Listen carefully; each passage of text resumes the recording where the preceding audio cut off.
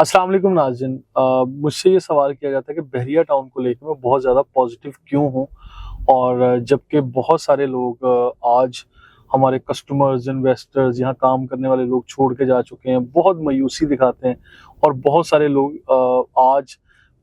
एक लंबा इंतज़ार करके 2.5-3 साल का इंतज़ार करने के बाद आज उम्मीद छोड़ चुके हैं। ठीक है, नाउम्मीदी आज नज़र आ रही है लोगों में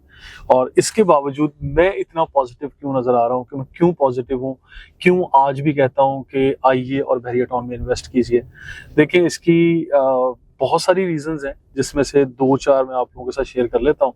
और आपसे भी फिर मैं राय लूँगा और आप भी अपना कमेंट ज़रूर कीजिएगा ताकि मेरे तक आपकी बात भी पहुँचे, क्योंकि मैं तो अपना पैगाम आप तक पहुँचाता रहता हूँ। मेरे उन दोस्तों के लिए जो रेगुलर देखते हैं, अप्रिशिएट करते हैं और माशाल्लाह कमोबेश कोई 60-70 हज़ार तक की फॉलोइंग है सोशल मीडिया पे, जिसमें फेसबुक, यूट्यूब,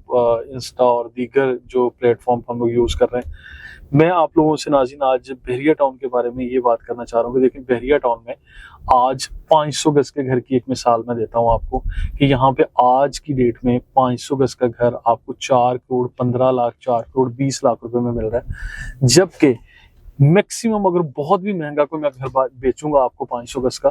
तो वो बड़े आराम से 4 करोड़ 70 लाख, 4 करोड़ 80 लाख या 5 करोड़ तक की कीमत में मैं आपको दे सकता हूँ। 5 करोड़ तक की कीमत में नाज़रीन बड़े जबरदस्त अंदाज में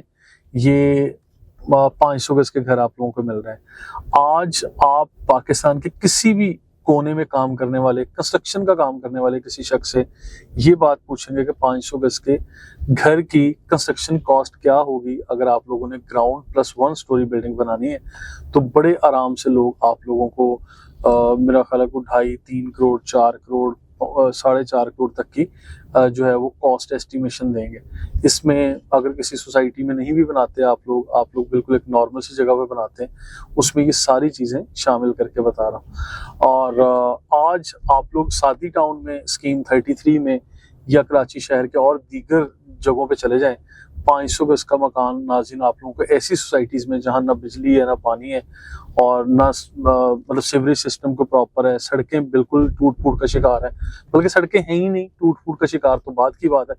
वहाँ आप लोगों को आज 8 करोड़ 9 करोड़ रुपए में पुरानी तर्ज का बना हुआ मकान मिलता है। और गुलशन जौहर में चले जाएं आप लोग, वहाँ पे ब्लॉक 14 में, ब्लॉक 13 में आप लोगों को तकरीबन को 9-10 करोड़ 12 करोड़ तक की कीमतों में आप लोगों को घर मिलते हैं 500 गज के। जबकि बहरिया टाउन में जो मैं कीमतें बता रहा हूँ वो इससे कदरे काफी कम है। और इसी तरह 250 गज, 125 गज और 1000 गज या 2000 गज के घरों की भी यही सूरत हाल है। और इसी तरह अपार्टमेंट्स की भी। फिर प्लॉट्स की तो क्या ही बात है, प्लॉट्स तो काफी सस्ते हैं। देखिए, बहरिया टाउन को एक आम जुबान में अगर समझाने की कोशिश करूँ, साइड लाइन करने की कोशिश की जाती है। बहरिया टाउन को क्रिटिसाइज जरूर से ज्यादा किया जाता है। ऐसा नहीं है कि हमारे मुल्क के किसी कोने में चोरी नहीं होती, अगर बहरिया टाउन में चोरी हो जाती है तो उसको बहुत ज्यादा हाईलाइट किया जाता है। अच्छा, यहाँ पे अगर कोई मोबाइल स्नैचिंग हो जाए उसको भी बड़ा हाईलाइट कर दिया गया। अच्छा, ये बताएं कि कभी किसी के प्लॉट पे कब्जा हुआ? बहरिया टाउन में कभी कब्जा सुना आपने कि डबलिंग हो गई, कब्जा हो गया, या किसी ने जनाब बहरिया टाउन से कोई प्लॉट खरीदा हुआ था और किसी तीसरे बंदे ने आके कब्जा कर लिया? कभी ऐसी चीजें सुनी? नहीं, ऐसी कोई चीजें नहीं है, क्योंकि यहाँ पे अल्हम्दुलिल्लाह आपकी प्रॉपर्टी सेफ एंड साउंड है और किसी किस्म का कोई खतरा आपके सर पे नहीं मंडला रहा। लिहाजा मैं ये चीज कहना चाहता हूँ, देखिए मलीर एक्सप्रेस वे अब बन रहा है, फेज 1 इसका ओपन हो जाएगा। मेयर कराची ने भी अनाउंस कर दिया और साइट टूर्स भी दिए हैं। मेरी टीम ने भी मलीर एक्सप्रेस वे की वीडियोस बनाई हैं। जहाँ तक लीज का ताल्लुक है, वो भी सुप्रीम कोर्ट के उस केस के मुताबिक ये कहा गया था कि 7 सालों में ये पैसे देंगे और फिर जाके लीज के लिए डॉक्यूमेंट पहले फेज 1 के होंगे, फिर फेज 2 के होंगे, क्योंकि बहरिया टाउन को डिफरेंट फेज में तकसीम करके इसकी डॉक्यूमेंटेशन जमा करवाई गई है और प्रीमिसेस डिफाइन किए जा चुके हैं। बाउंड्री वॉल बहरिया टाउन की बनी हुई है और जो कोर्ट के डॉक्यूमेंट का हिस्सा बने हुए हैं डॉक्यूमेंट और जितनी लैंड, वो तो क्लियर है। और आपको मैं हमेशा ये कहता हूँ कि नई फाइल्स के चक्कर में ना जाएं, लालच में ना जाएं। आप लोग जो 100% डेवलपमेंट वाली ऑन ग्राउंड बनी हुई प्रॉपर्टी है उसके अंदर इन्वेस्ट करें। और बहरिया टाउन में आज देखिए जितने सस्ते घर मिल रहे हैं,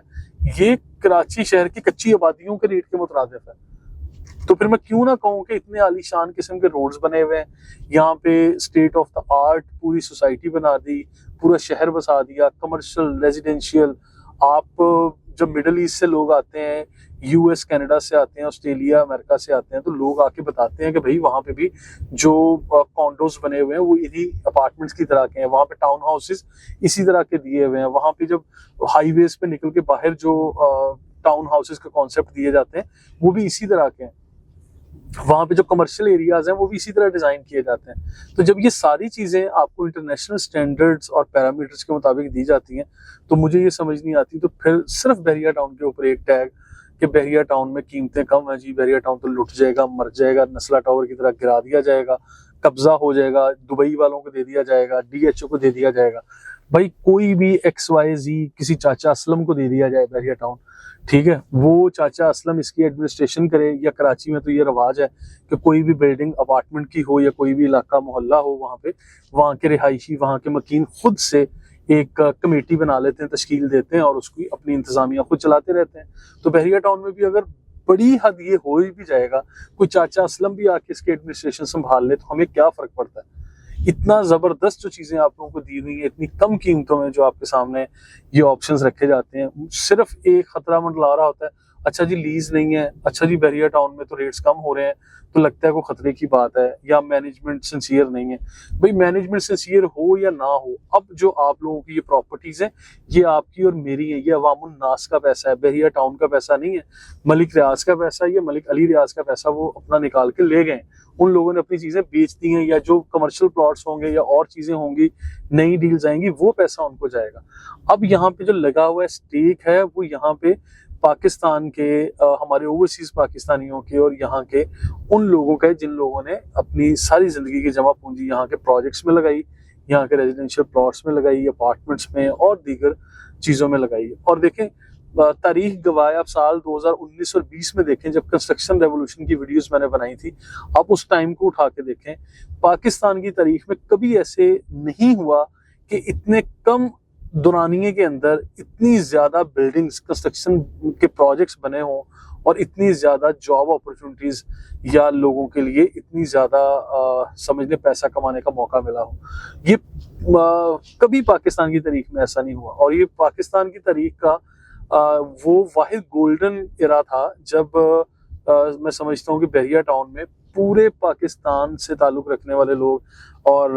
हमारे ओवरसीज पाकिस्तानीज वो पूरी दुनिया में कहीं भी काम कर रहे थे,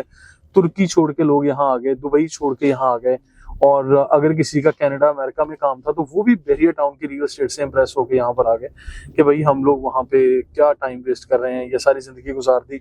अब 50-60 साल के होने वाले हैं, तो यहाँ पे तो ना बच्चे अपने रहे और ना पैसे के चक्कर में सुबह शाम एक कर दी, और ना अपनी लाइफ को एंजॉय किया कुछ भी, चलो जी वापस पाकिस्तान चलते हैं। और पाकिस्तान में अगर जाना तो हमारे पास एक ही ऑप्शन है, वो है बहरिया टाउन। तो जब लोग यहाँ आए, फिर मार्केट डाउन है, बहरिया टाउन का भी कसूर है, बहरिया टाउन के कुछ एडमिनिस्ट्रेशन के मामलात या कुछ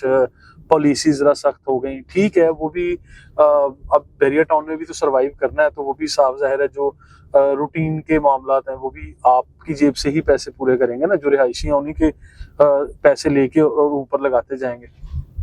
अगर हम ये कहें कि बहरिया टाउन सिर्फ हम लोग आराम से बैठे रहें और हमें कोई जब फैसिलिटीज मिल रही हैं तो उसका पैसे भी ना देने पड़े, उसके एवज कुछ पे भी ना करना पड़े, तो इस तरह से तो नहीं होगा। अब दुनिया में कहीं रहते हैं, अब हैवी टैक्स देते हैं। सऊदी अरेबिया में मेरी एक दोस्त से बात हो रही थी, भाई आप अकामा के पैसे देते हैं, आप इंश्योरेंस के पैसे देते हैं वहां पे, अगर आपने 2, 4, 5 फैमिली मेंबर्स रखे हैं, आपकी बीवी है, 2, 4 बच्चे हैं, तो आप देखिए कि कितने सऊदी रियाल आप लोग दे रहे हैं, ठीक है। स्कूलों की फीसें 8,000, 10,000 रियाल आप लोग सालाना पे कर रहे हैं, ठीक है। तो ये कितने कितने पैसे आप लोग वहां भी तो अदा कर रहे हैं। यहाँ पे आके आप लोगों को जो अपार्टमेंट्स है इसको डॉलर में, दिरहम में, सऊदी रियाल में जरा कन्वर्ट करके देखिए कितना सस्ता आज अपार्टमेंट मिल रहा है,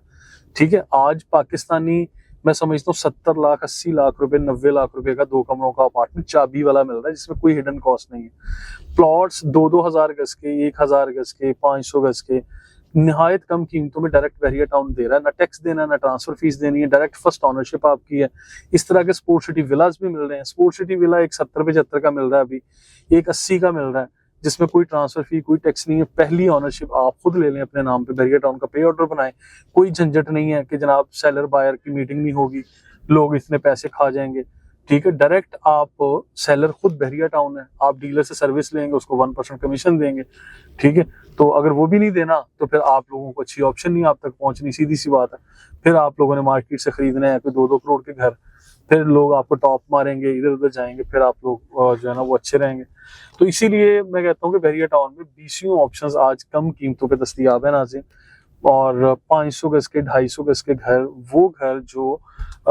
स्कीम 33 कराची की कच्ची आबादियां या और जो बिल्कुल गुजारे लायक सिर्फ इलाके हैं, वहाँ उन इलाकों के अंदर जो कीमतें मिल रही हैं उससे भी कम कीमतों पे यहाँ पे मैं आपको 200 गज 250 गज के 500 गज के घर दे सकता हूँ। अगर आप लोग अपना को 500 गज का मकान या 250 गज का मकान कराची शहर के किसी इलाके में बेचते हैं तो उतने पैसों में यहाँ पे 2-2 3-3 घर मिल जाते हैं। एक में खुद रहिए, एक अपने बच्चों को दें, एक किराए पे दें, आराम से अपना किचन चलाएं और सुकून की जिंदगी गुजारिए। इस तरह के बहुत सारे मशवरे आने लगे हैं। साथ रहिएगा, यूट्यूब चैनल मेरा सब्सक्राइब कर लें। Thank you so much.